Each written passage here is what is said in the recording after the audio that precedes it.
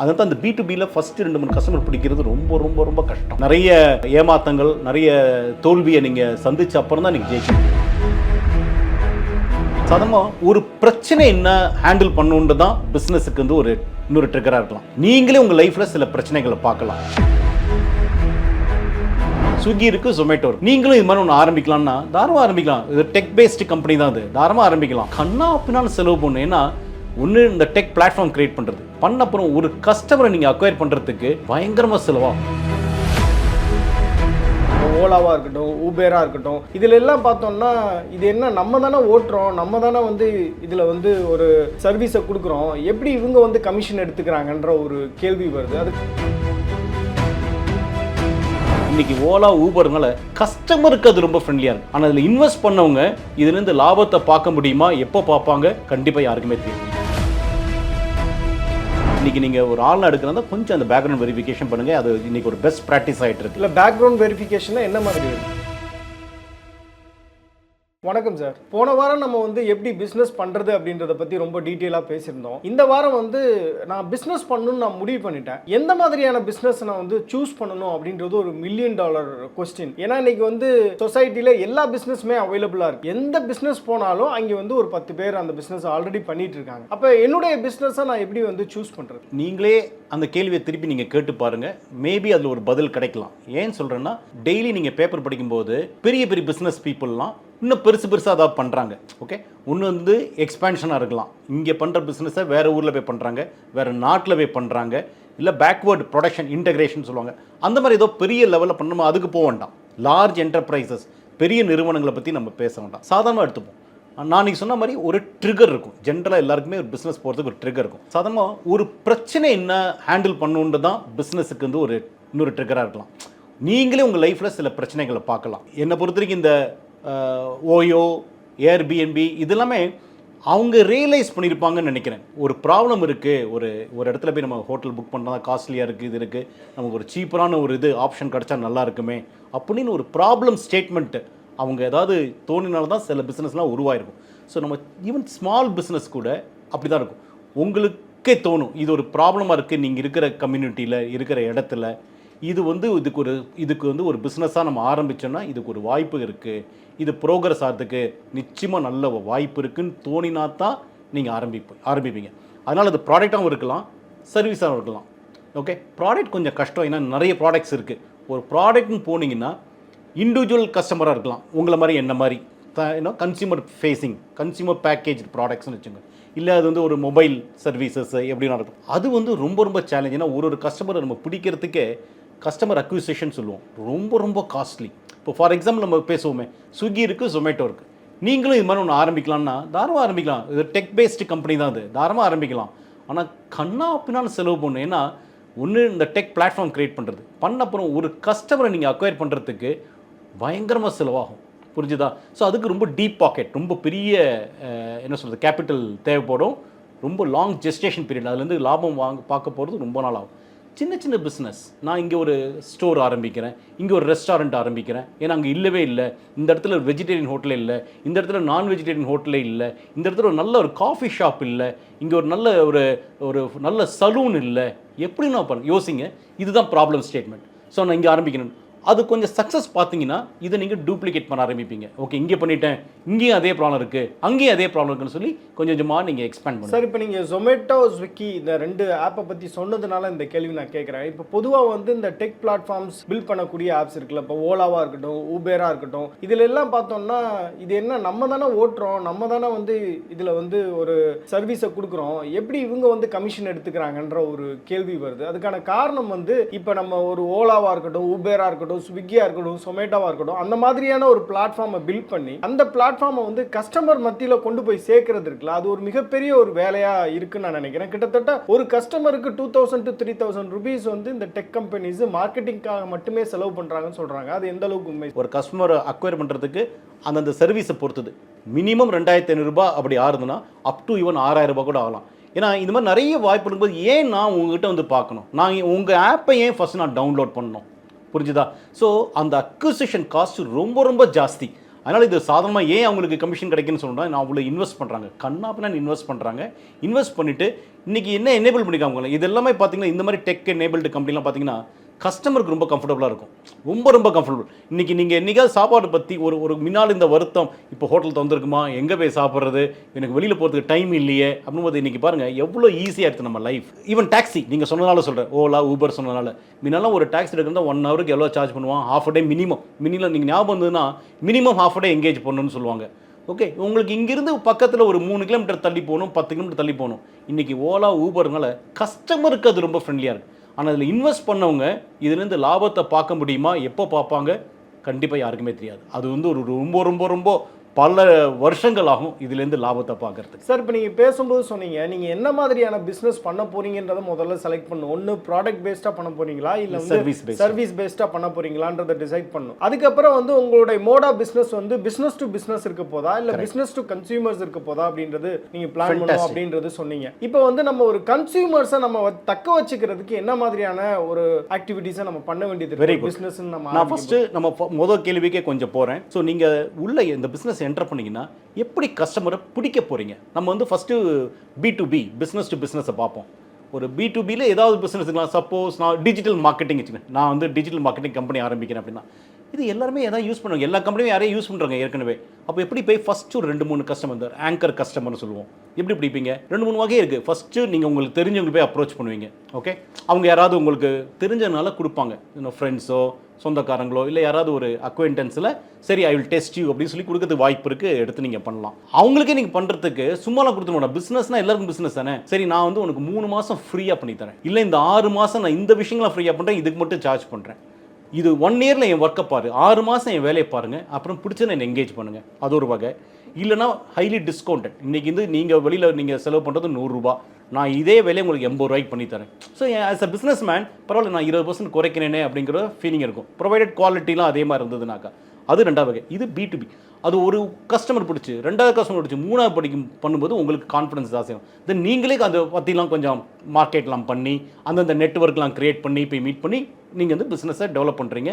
அவங்களும் உங்களுடைய brand ambassador ஆகலாம். ஒரு நல்ல கஸ்டமர் தான் உங்களோட பிராண்ட் அம்பாசிடர். அவங்க 4 பேர்கிட்ட போய் சொல்லலாம், நீங்கள் கேட்கவும் செய்யலாம். இப்படி தான் நீங்கள் B2Bயில் எக்ஸ்பேண்ட் ஆகுது. B2C நம்ம ஏற்கனவே பேசணும், cost of acquisition tech platform உள்ள கம்பெனிக்கு ரொம்ப ஜாஸ்தி. வேறு நீங்கள் ஒரு சலூன் ஆரம்பிக்கிறீங்க, B2C தான் அது. அது நான் கடையில் இருக்க சரி போய் நீங்கள் வந்து போய் பார்ப்போம். ஒரு வாட்டி அவன் வந்துட்டு போனான்னா அவனுக்கு பிடிச்சதுன்னா நெக்ஸ்ட் டைம் அது கிளினிக்காக இருக்கலாம், அது ஒரு டெய்லரிங் ஷாப்பாக இருக்கலாம், எது வேணா இருக்கலாம். ஒரு வாட்டி உங்களை டெஸ்ட் பண்ணான்னு வச்சுங்களேன், பிடிச்சதுன்னா திருப்பி வரத்துக்கு வாய்ப்பு இருக்குது. அந்த லோக்கல் ஏரியாவில் இருக்கவங்க வருங்க. ஏன்னா அது வந்து பிரிக் அண்ட் மார்ட்டர்ஸ். அந்த இடத்துல நீங்கள் ஒரு கடையாவோ ஒரு ஆஃபீஸாவோ வச்சுக்கிறதுனால விசிபிலிட்டி ஜாஸ்தியாக இருக்குது. பியூர் பிளே விர்ச்சுவலாக இருந்தாக்க அப்படி தெரியாது, நிறைய செலவு பண்ணணும், நீங்கள் என்னெல்லாம் சர்வீஸ் பண்ணுங்க. ஒரு இடத்துல இருந்தீங்கன்னா அந்த ஏரியாவில் நிச்சயமாக விசிபிலிட்டி உங்களுக்கு வரத்துக்கு நிறையவே வாய்ப்பு இருக்குது. சார், இன்னும் ஒரு பெட்டரான அண்டர்ஸ்டாண்டிங் வர்றதுக்காக இந்த ஒரு கேள்வி கேட்குறேன். இப்போ நம்ம வந்து ஒவ்வொரு கடைகளுக்கும் போகிறோம், ஒவ்வொரு கடைகள்லையும் அங்கே வந்து கன்சியூமர்ஸை ஒவ்வொரு விதமாக ட்ரீட் பண்ணக்கூடிய நடவடிக்கைகள் பார்ப்போம். ஒரு சில பேர் வந்து ரொம்ப சிரித்த முகத்தோடு வந்து வரவேற்பாங்க, சில பேர் வந்து கைண்டாக நம்மள்ட்ட வந்து இங்கே இருக்கக்கூடிய ப்ராடக்ட்ஸ் பற்றி எக்ஸ்பிளைன் பண்ணுவாங்க. இந்த மாதிரி நிறைய அப்ரோச்சஸ் வந்து ஹேண்டில் பண்ணுவாங்க. இப்போ பொதுவாக நம்ம ஒரு பிஸ்னஸ் ஆரம்பிக்கிறோம் அப்படின்னா, இரஸ்பெக்டிவாக அது ப்ராடக்டாக இருக்கட்டும், அது வந்து சர்வீஸ் பேஸ்டாக இருக்கட்டும், எதுவாக இருந்தாலும் எப்படி வந்து ஒரு ஓனர், பிஸ்னஸ் ஓனர் வந்து நடந்துக்கணும், என்ன மாதிரியான அப்ரோச்சஸை வந்து ஹேண்டில் பண்ணால் கன்சியூமர்ஸை வந்து ஈஸியாக நம்ம பக்கம் வச்சுக்கலாம். அந்த லீடர் இல்லைனா CEO, ஓனர், ஒரு சீனியர் மேனேஜர் எப்படின்னு எடுத்துங்க, அவர் எப்படி இருக்காரோ அது மாதிரி தான் டீமும் டெவலப் ஆகும். ஸோ அவர் வந்து ஒரு மாதிரி நீங்கள் சொன்ன மாதிரி ஒரு ஸ்மைல் இல்லை, எப்போ பார்த்தாலும் அரகண்ட்டாக இருக்காருனாக்கா கிட்டத்தட்ட அந்த இது அப்படியே ஒரு ஜென்டலாக, ஓகே, எக்ஸப்ஷன்ஸ் இருக்கலாம், பட் ஜென்டலாக அப்படி. ஸோ ட்ரைனிங் கண்டிப்பாக அது நீங்கள் சொன்ன சில எக்ஸாம்பிள்ஸ், ஒரு கடைன்னு சொல்கிறதுனால சொன்னேன், நிச்சயமாக ட்ரைனிங் வேணும். எனக்கு வந்து ஏகப்பட்ட எக்ஸ்பீரியன்ஸ் இருக்குது. எங்கே ஒரு ரீட்டைல் கடை, அது ஃபார்மாசிட்டிக்கலாக இருக்கட்டும், ஒரு துணி கடையாக இருக்கட்டும், எவ்வளோ ஒரு பியூட்டிஃபுல் எக்ஸ்பீரியன்ஸ். சில பேர்லாம் எப்படி அப்படி நடந்துக்கிறாங்க, அவங்க வந்து ஒரு சாதாரண பேக்ரவுண்ட் தான் வராங்க, சாதாரண படிப்பு, ஒரு சேல்ஸ் பர்சன், சேல்ஸ் கேர்ளாக இருக்காங்க. ஆனால் சில பேர் எப்படி அந்த கஸ்டமர் கனெக்ட் இருக்குது பாருங்கள், பிரமாமல் இருக்கும். அவங்க பேர் கூட நான் ஞாபகம் வச்சுக்கிற மாதிரி இருக்கும், இல்லை என் பேர் அவங்க ஞாபகம் வச்சுருப்பாங்க. புரிஞ்சுதா? ஒரே ஒரு எக்ஸாம்பிள் சொல்கிறேன். எவ்வளோ ஃபார்மசிட்டிக்கல் அவுட்லெட்டில் நம்ம போயிருப்போம். நான் வந்து ஒரு மருந்து கடைக்கு நார்மலாக போகிறது, பேர் சொல்லலை, அவ்வளோதான். ஒரு ஃபியூ இயர்ஸ் பேக் போயிட்டு நான் அவசரமாக போயிட்டு நிறுத்திட்டு ஏதோ மருந்து வாங்க போகிறேன். ஃபோனில் சொல்லிட்டேன் இதெல்லாம் தான் எனக்கு வேணும் அப்படின்னு. டெலிஃபோன் ஆர்டர் கொடுக்கலாம் இல்லையா, இது கொடுத்துட்டேன். போயிட்டு நான் வந்து 500 rupees கொடுக்குறேன், மருந்தை கொடுத்துட்டு ஸ்ட்ரெயிட்டாக பேலன்ஸ் 220 rupees 225 rupees எக்ஸாக்ட் பேலன்ஸை எடுத்து ரெடியாக வச்சுருக்கா அந்த சின்ன பொண்ணு. எப்படின்னா சொன்னா சார் நீங்கள் இப்படி தான் வருவீங்க, நார்மலாக இந்த மெடிசன் வாங்கும்போது நீங்கள் 500 ரூபி நோட் பண்ணி அந்த ஒரு கணக்கில் நான் உங்கள் டைமை வேஸ்ட் பண்ணக்கூடாது ரெடியாக எடுத்து வச்சிருக்கேன்னு. நீங்கள் வேறு ஏதாவது கடைக்கு போயிட்டு இதே மாதிரி கொடுத்துட்டு உங்களை சப்போஸ் ஒரு 20 மினிட்ஸ், இன்றைக்கெலாம் கொஞ்சம் ஜிபே எல்லாம் வந்துடுது, நான் கேஷ் இருக்கிற காலத்தில் சொல்கிறேன், ரொம்ப நேரம் வெயிட் பண்ண வச்சு உங்கள் டைமை வேஸ்ட் பண்ணால் உங்கள் எக்ஸ்பீரியன்ஸ் இருக்குது பாருங்கள், கஸ்டமர் எக்ஸ்பீரியன்ஸ் அது மோசமாக எடுத்துன்னா திருப்பி உங்களுக்கு போகும். ஏன்னா ஆப்ஷன் நிறைய இருக்குது, நீங்கள் கேட்ட கேள்வி நிறைய இருக்குல்ல. இங்கே ஒரு ஃபார்மாசிட்டிக்கல் இருக்குது, 5 கடை தள்ளி இன்னொரு ஃபார்மாசிட்டிக்கல், இல்லை பக்கத்து தெரு, இல்லை நீங்கள் ஆஃபீஸ் போகிற வழி. ஸோ ஏன் ஒரே கடைக்கு போய் பண்ணுறோன்னா அந்த கஸ்டமர் எக்ஸ்பீரியன்ஸ் இருப்பாங்க, அது ரொம்ப ரொம்ப ரொம்ப இம்பார்ட்டண்ட்டு. அது வந்து லீடர் மட்டும் யோசிச்சா போகாது, ட்ரெயின் பண்ணி எல்லாருக்கும் அது கொண்டு போகணும், எல்லாருக்கும் அது கொண்டு போகணும். நான் வந்து அதே பொருள் தான் வாங்குறேன், இவ்வளோக்கு நீங்கள் ட்ரேடர் தான், நீங்கள் வாங்கி தான் விற்கிறீங்க, நீங்கள் ஒன்றும் அதுக்கு ஒன்றும் வேல்யூ ஒன்றும் ஆடே பண்ணுறதுல இல்லை. பேக்கடு சுகராக இருக்கட்டும், ஜாமாக இருக்கட்டும், பிஸ்கெட்டாக இருக்கட்டும், you are buying and selling, நீங்கள் வாங்கி வச்சுட்டு விற்கிறீங்க. சர்வீஸ் இண்டஸ்ட்ரி அப்படின்னாலே வந்து கஸ்டமருடைய சாட்டிஸ்ஃபேக்ஷன்றது தான் ப்ரையாரிட்டி, ரொம்ப இம்பார்ட்டன்ட். கஸ்டமர் B2B போனீங்கன்னா கஸ்டமர் சாட்டிஸ்ஃபேக்ஷன் இருக்கணும், டைமிங் நல்லா இருக்கணும். நீங்கள் எப்படிங்க எஃபிஷியன்சி, இப்போ நான் சொன்னேன், இப்போ நீங்கள் வந்து இப்போ பிரிண்டிங் ஜாப் என்கிட்ட வந்து கேட்குறீங்க, ஸோ உங்களுடைய பிரிண்டிங் நீட்ஸ் எல்லாம் நான் பார்த்துட்டு எனக்கு ஏற்கனவே இருக்கா, நான் ஏன் பெட்டர்னு சொல்லி நீங்கள் ப்ரூவ் பண்ணணும். உங்களுடைய டிசைன் எலிமெண்ட் ரொம்ப நல்லா இருக்கா, உங்கள் ப்ரைஸிங் நல்லா இருக்கா, இல்லை உங்கள் டைமிங் இன்னைக்கு கேட்டால் 2 ஹவர்ஸில் தருவேன் சார், ஏன்னா சம்டைம்ஸ் எமர்ஜென்சி உங்களுக்கு அது வேண்டி இருக்கும், 2 ஹவர்ஸில் தருவேன், இந்த கேப்பபிலிட்டி எனக்கு இருக்குது, இதுதான் என்னோட ரெஃபரபிள் கஸ்டமர்ஸ், நீங்கள் கேட்டு பாருங்கள். ஸோ உங்களுக்குன்னு ஒரு யூனிக் செல்லிங் ப்ரொபோசிஷன் USPன்னு சொல்லுவோம், அது இருக்கணும். இல்லைன்னா நீங்கள் 1 in a million உங்களைப்பா நான் ஏன் ஈவன் நான் உங்களை என்கரேஜ் பண்ணணும், வந்து நான் பிஸ்னஸ் கொடுக்கறதுக்கு நான் ஏன் ஈவன் அக்ரி பண்ணணும், ஒத்துக்கணும். ஸோ உங்களுக்குன்னு ஒரு ஸ்பெஷாலிட்டி இருக்கணும். அதான் அந்த B2Bயில் ஃபஸ்ட்டு 2-3 கஸ்டமர் பிடிக்கிறது ரொம்ப ரொம்ப ரொம்ப கஷ்டம். நிறைய ஏமாத்தங்கள், நிறைய தோல்வியை நீங்கள் சந்திச்ச அப்புறம் தான் நீங்கள் ஜெயிக்க முடியும். இப்போ எல்லா பிஸ்னஸ் ஓனர்ஸும் என்ன பண்ணுவாங்க, ஒரு ஆசையில் பிஸ்னஸை ஸ்டார்ட் பண்ணிடுவாங்க, நிறைய இன்வெஸ்ட்மெண்ட் பண்ணுவாங்க, ஒரு ஷார்ட் டேர்மில் அவங்களுக்கு வந்து அவங்க எதிர்பார்க்கக்கூடிய ஒரு ரெவன்யூ வரல அப்படின்னா அவங்க வந்து எடுத்த ஆட்கள் எல்லாத்தையும் they will let go. So அந்த மாதிரியான சுச்சுவேஷன் நம்ம நிறைய ஃப்ரீக்வெண்ட்டாக பார்க்க முடியுது. நம்ம எப்படி ரைட் பீப்புளை வந்து சூஸ் பண்ணுறது, அதே மாதிரி அவங்கள எப்படி நம்ம கூட வச்சுக்கிறது. ரைட் பீப்புள் சூஸ் பண்ணுறது நம்ம ஐ திங்க் போனாட்டுக்கு டிஸ்கஸ் பண்ணோம், லைக் ஒரு பார்ட்னர் லெவலில் டிஸ்கஸ் பண்ணோம் எப்படி எடுத்துக்கலான்னு. அப்புறம் உங்களுக்கு மற்றபடி உங்களுக்கு என்னென்ன டிபார்ட்மெண்ட் இருக்குது, உங்களுக்கு ஃபினான்ஸ் இருக்குது, சேல்ஸ் இருக்குது, மார்க்கெட்டிங் இருக்குது, ஆப்ரேஷன்ஸ் இருக்குது, அதுக்கு என்னென்ன குவாலிஃபிகேஷனும் எக்ஸ்பீரியன்ஸ் இருக்குன்னு பார்த்து நீங்கள் அதே சமயத்தில் உங்களால் எந்த அளவுக்கு சம்பளம் கொடுக்க முடியும் இதை பார்த்து நீங்கள் எடுக்கிறீங்க. கொஞ்சம் பேக்ரவுண்டு கொஞ்சம் வெரிஃபை பண்ணுறது பெட்டர். நான் எங்கள் கம்பெனி இது பண்ணுறோம், அதுக்காக நான் சொல்ல வரல. இன்றைக்கி நீங்கள் ஒரு ஆள்லாம் எடுக்கிறதா கொஞ்சம் அந்த பேக்ரவுண்ட் வெரிஃபிகேஷன் பண்ணுங்கள், அது இன்றைக்கி ஒரு பெஸ்ட் ப்ராக்டிஸ் ஆகிட்டு இருக்கு. இல்லை பேக்ரவுண்ட் வெரிஃபிகேஷன் என்ன மாதிரி வெரிஃபிகேஷன்? இப்போ நீங்களே வரீங்க, வந்து நான் வேலை பண்ணுறேன், என் பேர் இது, நான் இந்த காலேஜில் படிச்சிருக்கேன், நான் ஒரு BCom ஒரு BSc ஏதோ ஒன்று 7 வருஷம் இந்த கம்பெனி ஒர்க் பண்ணேன், 3 வருஷம் ஒர்க் பண்ணுறேங்க, ஒரு ரெஸ்யூமே நீங்கள் கொடுக்குறீங்க, அதை நான் பார்த்து நீங்கள் நல்லா பேசுகிறீங்க, நல்லா இந்த சம்மந்தப்பட்டதெல்லாம் டக்குன்னு நல்லா பதில் சொல்கிறீங்க, நான் எடுத்துட்டேன். 2 வருஷம் கழிச்சு சப்போஸ் எனக்கு உங்களை பற்றி தெரிய வருது, போன கம்பெனி நீங்கள் ஒர்க் பண்ணது வந்து நீங்கள் தானாக வெளியில் வரல, உங்களை அனுப்பப்பட்டுட்டாங்க, நீங்கள் ஏதோ ஒரு ஃப்ராடு பண்ணியிருக்கலாம், இன்டெகிரிட்டி இஷ்யூ இருக்கலாம், வேறு ஏதாவது இஷ்யூ இருக்கலாம், அதனால் அனுப்பிச்சிட்டாங்க. அப்புறம் கொஞ்சம் தேடும்போது நீங்கள் BCom BSc சொன்னதே கொஞ்சம் ஃப்ராடு, நீங்கள் கோர்ஸ் முடிக்கல, 4 அரியர்ஸ் இன்னும் இருக்குது அப்படிங்கும்போது எனக்கு எப்படி தோணும், நான் ஒரு எம்ப்ளாயர் இதெல்லாம் பார்த்து தான் உங்கள் வேலையும் கொடுத்துருக்கேன். இன்றைக்கி நீங்கள் டீசெண்டாக வேலை செய்யலாம், ஆனால் இப்படி ஒரு ஃபட்ஜ் பண்ணாலும் இந்த மாதிரி விஷயங்களில் மாற்றி ஃபேக்காக கொடுத்த ஆள் நாளைக்கு எப்பேற்பட்ட ஆளாக கூட இருக்கலாங்கிறது ஒரு கொஞ்சம் யோசிச்சு பாருங்கள். முன்னாடி அதெல்லாம் அவ்வளோவா பண்ண மாட்டாங்க. அப்புறம் இன்றைக்கி வந்து இது ஒரு இண்டஸ்ட்ரியாகவே ஆகிடுது. ஏன்னா இன்றைக்கி ஈஸியாக கொஞ்சம் ஃப்ராடு பண்ணலாம். ரொம்ப ப்ரிசைஸாக அந்த கொஸ்டினை நான் கேட்குறேன். இப்போ வந்து நம்ம ஒரு பிஸ்னஸுக்கு ஒருத்தர் ஆள் எடுக்கிறோம் அப்படின்னா, ஒருத்தர் வேலைக்கு அமர்த்துறோம் அப்படின்னா என்னென்ன மாதிரியான விஷயங்கள்லாம் நம்ம வந்து கவனிக்க வேண்டியது இருக்குது? இப்போ நீங்கள் சொன்னீங்க ஒன்று வந்து அவருடைய பேக்ரவுண்ட் வெரிஃபை பண்ணணும் அப்படின்னீங்க. பட் நான் நிறையா பேர்கிட்ட பேசும்போது என்ன சொல்லுவாங்க, அவர் வந்து எந்த அளவுக்கு உண்மையாக அவங்கள வந்து நம்புறாரு, ட்ரஸ்ட் பண்ணுறாரு அப்படின்றத பாருங்கள்.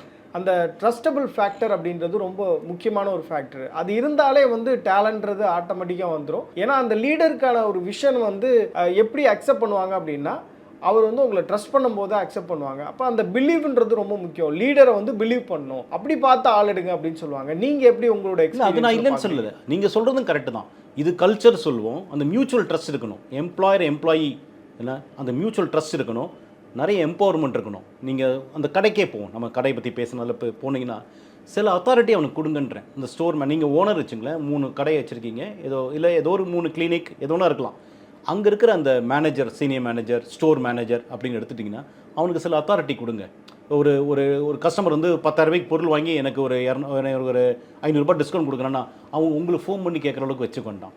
அவன் வந்து ஓனர் மாதிரி நடந்துக்கட்டும். அந்த சீனியர் மேனேஜர் சொல்கிறேன், ஓனர் மாதிரி அவன் டிசிஷன் எடுக்கட்டும்.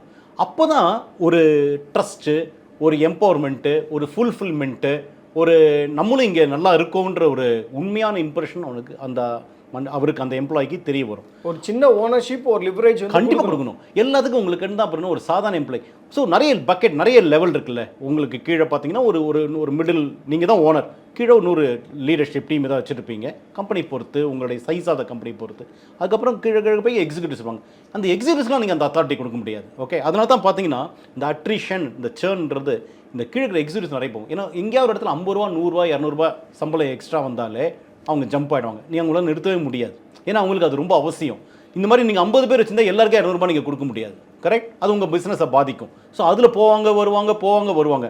அப்படியே மேலே போக வெறும் பணத்துக்காக போக மாட்டாங்க. நீங்கள் இந்த கம்பெனியோட கல்ச்சர் என்ன, எப்படி நம்மளை ட்ரீட் பண்ணுறாங்க, நமக்கு என்ன மாதிரி அத்தாரிட்டிலாம் கொடுக்குறாங்க, நமக்கு ஒரு ஃப்ரீடம் கொடுக்குறாங்களா, நமக்கு இங்கே வந்துட்டு போனால் ஒரு திருப்தி இருக்கா, இது வந்து கல்ச்சர். நீங்கள் சொன்ன இந்த மியூச்சுவல் ரெஸ்பெக்ட், பக்கத்துக்கு வந்து மைக்ரோ அப்போ கூட பேசணும், இந்த மைக்ரோ மேனேஜ்மெண்ட் அதெல்லாம் இல்லாமல் ஓரளவுக்கு டைரக்ஷன் கொடுத்து நிறைய எம்பவர்மெண்ட் கொடுத்தீங்கன்னா கண்டிப்பாக டேலண்ட்டை அட்டகாசமாக நீங்கள் ரீட்டைன் பண்ணலாம். சார், இப்போ நீங்கள் சொல்கிற அந்த கால்குலேஷன் வந்து ஒரு ஸ்டார்ட் அப் ஒருத்தர் ஆரம்பிக்கிறார் அப்படின்னா அவர் வந்து ஒரு கிட்டத்தட்ட ஒரு 100 பேரை எம்ப்ளாய் பண்ணுவார். அந்த இடத்துல அங்கே வந்து ஒரு சிஇஓன்ற ஒரு சிஸ்டம் வர வேண்டும். எம்டி, சிஇஓ, அதுக்கு கீழே வந்து நிறைய பொசிஷன்ஸ், மேனேஜர் பொசிஷன்ஸ் வரும். அதுக்கு பிறகு வந்து எம்ப்ளாயிஸ் ரோல் வரும். அந்த மாதிரியான ஒரு செட்டப் வந்து பில்ட் பண்ண முடியும். இயல்பாக வந்து ஒரு புது பிஸ்னஸ் ஸ்டார்ட் பண்ண போகிறேன், சின்ன ஸ்கேலில் தான் ஸ்டார்ட் பண்ண போகிறேன் அப்படின்னா இந்த மாதிரியான ஒரு சிஸ்டத்தை நான் ஃபாலோ பண்ணுமா? ஓனர்ன்ற என்னுடைய ரோல் வந்து எவ்வளவு லிமிட்டடாக இருக்க வேண்டிய அவசியம் இருக்குது? இல்லை, நீங்கள் சின்னதாக ஒரு சும்மா ஒரு எக்ஸாம்பிளுக்கு ஒரு அப்பளம், ஒரு ஊறுகாய், இல்லைனா இப்போ நிறைய பார்த்தீங்கன்னா இந்த பேக்டு ஃபுட், இந்த இடியாப்பம் அதெல்லாம் பேக் பண்ணிலாம்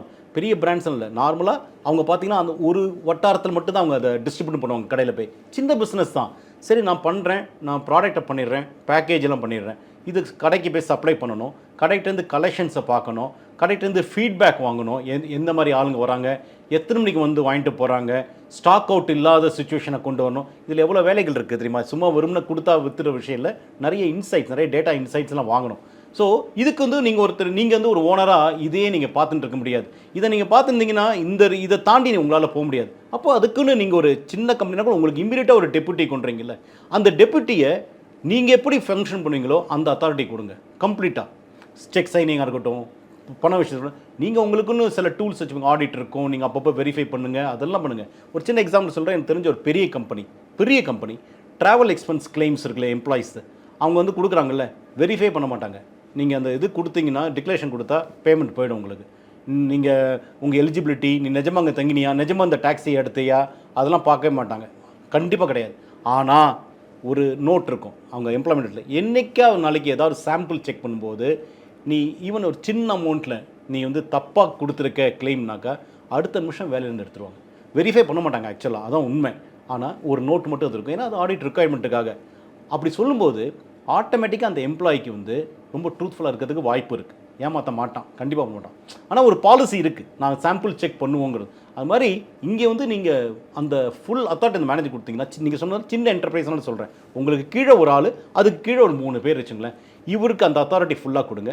இவருக்கு கொஞ்சம் லிமிட்டடாக மற்றவங்களுக்கு கொஞ்சம் கொஞ்சம் கொடுப்பார். எல்லா இடத்துலையும் இருக்க வேண்டிய அவசியம் இல்லை அப்படின்னு சொல்கிறேன். ஆமாம், எப்படி இந்த இன்னொருத்தர் போய் கடையில் போய் சப்ளை பண்ணி பேமெண்ட் வாங்குறாருல, 30 நாள் பேமெண்ட்டு, 10 நாள் பேமெண்ட்னு வச்சுங்களேன். ஒரு கடையில் நிறைய வாங்குறான், அப்போ வாங்குறான். இந்த வாட்டி என்னால் 10 days தர முடியாது, எனக்கு கொஞ்சம் பர்சனலாக ஃபினான்ஷியல் ப்ராப்ளம் இருக்குப்பா, 10 நாளைக்கு பதில் 20 நாளைக்கு தரேன்னா நான் ஓனரை கேட்டு சொல்கிறேன்னு சொல்கிறத விட நான் தானே டெய்லி கடையை பார்க்குறேன், நோ ப்ராப்ளம் சார், நான் பேசிக்கிறேன், கவலைப்படாங்க, ஆனால் 20 நாளில் கண்டிப்பாக கொடுத்துருங்கன்னா இவனுக்கு என்ன அத்தாரிட்டி நீங்கள் கொடுக்குறீங்க பாருங்கள் என்ன. அப்போ அந்த கடை, அந்த ஓனர் இவனை எப்படி பார்ப்பாரு, எப்படி வளர்த்துருக்காரு. நான் கேட்டோன்னே அவனே வந்து சரி சொல்லி எனக்கு 10 days 20 days, நான் அது ஒரு எக்ஸாம்பிள் தான் கொடுக்குறேன், அது அப்படியே நீங்கள் பண்ணி தான் ஆகணும் அவசியம் இல்லை. இதுலேருந்து இது எப்படி எடுத்துக்கணும்னு பாருங்கள், எப்படி அத்தாரிட்டியை கொஞ்சம் கொஞ்சமாக பிரித்து கொடுக்கலாம். எடுக்கிறதுக்கு முன்னாடி யோசிக்கணும், எடுத்த பிறகு வந்து அந்த வெரிஃபிகேஷனுங்கிறது முக்கியம். இப்போ இந்த போய் கேஷ் கலெக்ஷன் பண்ணுற பையனை நீங்கள் எம்ப்ளாய் பண்ணுறீங்க, கண்டிப்பாக வெரிஃபை பண்ணணும். அவன் ஆதார் கொடுத்த நிஜமாக அவன் தங்குறானா, நிச்சயமாக நாளைக்கு பணத்தை எடுத்துகிட்டு போயிட்டான், அவன் அட்ரஸே உங்கள் கையில் இல்லை, அது தப்பு இல்லையா? சரி, அவன் வேற எங்கேயோ ஒர்க் பண்ணிட்டு வந்திருக்கேன்னு சொல்லியிருக்கான், வெரிஃபை பண்ணுங்களேன். அங்கே அது ஒரு மாதிரி தெரிஞ்ச கம்பெனி, அதாவது ஒரு பேர் போன கம்பெனி, இல்லை ஒரு அளவுக்காவது அதுக்கு போய் வெப்சைட்டில் போய் பார்த்தா அந்த கம்பெனி இருக்குது, இல்லை பக்கத்து தெருவில் இருக்குது, இல்லை பக்கத்து ஒரு 4 வடைக்கால் ஸ்டேஷன் தள்ளி இருக்குன்னா ஆரம்பிச்சு வெரிஃபை பண்ணுங்களேன், இவன் வந்து அங்கே நிஜமாக வேலை பார்த்துருக்கானா அப்படின்னு கேட்குறது தப்பு இல்லையே. எல்லாரும் கேட்கக்கூடிய ஒரு கேள்வி சார். இப்போ நான் வந்து பிஸ்னஸ் ஆரம்பிக்கிறேன். பிஸ்னஸ் ஆரம்பிக்கும் போது எனக்கு தெரியும் நாளைக்கே வந்து எனக்கு வந்து அதுக்கான ரிட்டர்ன் வரப்போகிறதில்ல, ரெவன்யூ பெருசாக வரப்போகிறதில்ல அப்படின்றது தெரியும். எத்தனை வருடத்தில் இல்லை எத்தனை மாதத்தில் வந்து எனக்கு வந்து இவ்வளோ ரிட்டர்ன் வரும் அப்படின்றத நான் எதிர்பார்க்கலாம்? பொதுவாக எந்த மைண்ட் செட்டோட பிஸ்னஸ் ஆரம்பிக்கும்? நீங்கள் கேட்ட கேள்வி ரொம்ப இது வந்து ஒரு 10 நாளைக்கு பேசலாம் ஸ்டீஃபன், ரொம்ப கஷ்டம். ஏன்னா சைஸை பொறுத்து எந்த மாதிரி பிஸ்னஸ் இருக்கும்னு பொறுத்துது. நம்ம திருப்பி அந்த ஸ்விக்கி ஜொமேட்டோ அந்த kind of tech platform consumer ஃபேஸிங்னா லாபம்னு வரத்துக்கு ஃபஸ்ட்டு லாபம் வருமா தெரியாது, ஆனால் வரத்துக்கு யுகங்கள் ஆகலாம், ரொம்ப வருஷங்கள் ஆகலாம். நம்ம லைவ் எக்ஸாம்பிள் இப்போ இந்த அமேசான் மாதிரி இப்போ ஃப்ளிப்கார்ட் வந்தது, அவங்க ஃபினான்ஷியல் ஸ்டேட்மெண்ட் நீங்கள் போய் பார்த்தீங்கன்னா தெரியாது எப்போ அவங்க லாபம் பண்ணுவாங்கன்றது தெரியாது. அதனால் அதுக்கு போக வேண்டாம். நம்ம நார்மலாக ஒரு சாதாரண பிஸ்னஸ், சின்ன சர்வீஸ், ஒரு 10-20 கஸ்டமர் B2B இல்லை ஒரு ஒரு ஒரு B2Cயில் ஏதோ ஒரு பிஸ்னஸ் பண்ணுறோன்னா நீங்கள் வந்து பிஸ்னஸை பொறுத்து தான் அது 6 மாதம் ஆகலாம், 1 வருஷம் ஆகலாம். அது உங்களுக்கு தான் தெரியும், எவ்வளோ சீக்கிரம் நீங்கள் கஸ்டமரை பிடிக்கிறீங்க, எந்த மாதிரி கஸ்டமரை பிடிக்கிறீங்க, கஸ்டமரை திருப்தியாக வச்சுக்கிறீங்களா. அண்ட் பேக் டு அதே நம்மளுடைய இது, உங்கள்கிட்ட வேலை பார்க்குறவங்களும் உங்கள்கிட்ட ஓரளவுக்கு நிரந்தரமாக இருக்காங்களா. எல்லாமே மாறிட்டு இருக்குங்க. இன்றைக்கி வர கஸ்டமர் வரான், நாளைக்கு அவன் போயிடுறான். இன்றைக்கி ஒருத்தன் வேலைக்கு வரான், நாளைக்கு போயிடுறான். எப்படி உங்களுக்கு ஸ்டெபிலிட்டி வரும்? ஸோ இதெல்லாம் பார்த்துட்டிங்கன்னா அந்த பிஸ்னஸை பொறுத்து நான் சொல்கிறேன், ஒரு 6 months to 1 year நீங்கள் பீரியடிக்கலாக எவ்ரி 3 months நீங்கள் ரிவ்யூ பண்ணலாம், எங்கே இருக்கோம்னு. ஆனால் ஒன்ஸ் நீங்கள் டிசைட் பண்ணிட்டீங்களா இதில் போகிறதுன்னு, ஒரு ஹோம்ஒர்க் பண்ணிட்டு தான் ஆரம்பிக்கிறீங்க. ஹோம்ஒர்க் பண்ணணும், எந்த பிஸ்னஸ் ஆனாலும் கொஞ்சமாவது பண்ணணும். பர்ஃபெக்ட்னு சொல்ல முடியாது. எல்லாம் ஐடியலாக இருந்தால், எல்லாம் பர்ஃபெக்டாக இருந்தால் நான் அந்த பிஸ்னஸை போகிறேன்னா எல்லாருமே அதில் தானே இருப்பான். So there is nothing called perfect. எதுவுமே ஓரளவுக்கு இம்பர்ஃபெக்ஷன் இருக்கும், ஒரு யூகம், ஒரு நமக்குள்ள ஒரு கட் ஃபீலிங்கு, ஒரு தைரியம், அதெல்லாம் வேணும். ஆனால் அப்பப்போ அது அனலைஸ் பண்ணணும், எங்கே இருக்கோங்கிறது அனலைஸ் பண்ணணும். அது வரணும். லாபம் பண்ணுறது தான் பிஸ்னஸ்லேயே ஒரு முக்கியமான ஒரு என்ன சொல்கிறது குறிக்கோளாக இருக்கணும். அடுத்த எபிசோடில் வந்து ஒரு பிஸ்னஸ் பண்ணுறதுக்கு முன்னாடி என்ன மாதிரியான ஹோம்ஒர்க் பண்ணணும் அப்படின்றத பற்றி நம்ம ரொம்ப டீட்டெயிலாக பேசலாம் சார். கஸ்டமர் இஸ் காட் அப்படின்றது தான் நம்மளோட இந்த என்டையர் கான்வர்சேஷன்லையும் நம்ம சொல்ல வந்த ஒரு விஷயம். ஐ திங்க் பார்த்த நேயர்களுக்கும் இது ரொம்ப யூஸ்ஃபுல்லாக இருந்திருக்கும்னு நினைக்கிறேன். உங்களுடைய கருத்து பகிர்வுக்கும் வருகைக்கும் நன்றி. ரொம்ப thanks. Customer is god, employee is also god அப்படின்னு சொல்லி நான் முடிச்சுக்கிறேன். Thank you so much. மேலும் ஈடி தமிழ் சேனல்ல வரப்போகும் பிசினஸ் மற்றும் அது ரிலேட்டடான வீடியோவை பார்க்க உடனே கீழே இருக்க சப்ஸ்கிரைப் பட்டனை கிளிக் பண்ணுங்க.